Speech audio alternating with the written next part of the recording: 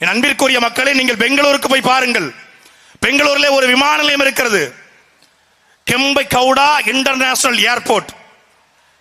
யார் இந்த கெம்பகவுடா?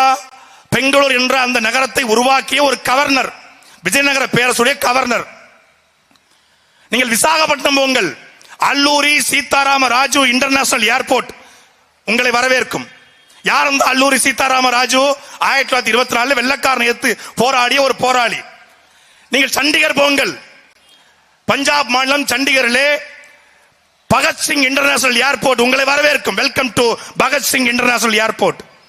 நீங்கள் மகாராஷ்டிரா போங்கள், மும்பை போங்கள், வீர சிவாஜி இன்டர்நேஷனல் ஏர்போர்ட் உங்களை வரவேற்கும்.